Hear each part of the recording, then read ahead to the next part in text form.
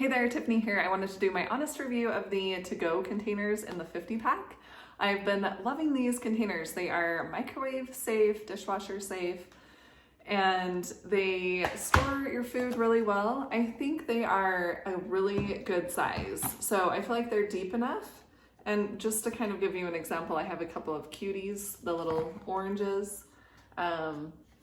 So they fit in there perfectly, and the lid on top goes up a little bit so you can see if you have food in here that is going to be a little bit higher.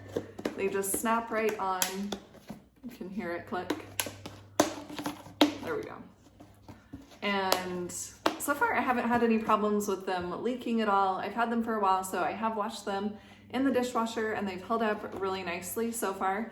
And I feel like these are just a good container. So if you have leftovers and you have people over, you can definitely just send them home with this container. It's not that big of a deal. Since they do come in a large pack of containers, you have plenty.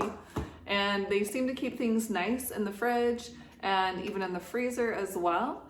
And they just, since they're all the same size, they help to keep your fridge organized and even your freezer.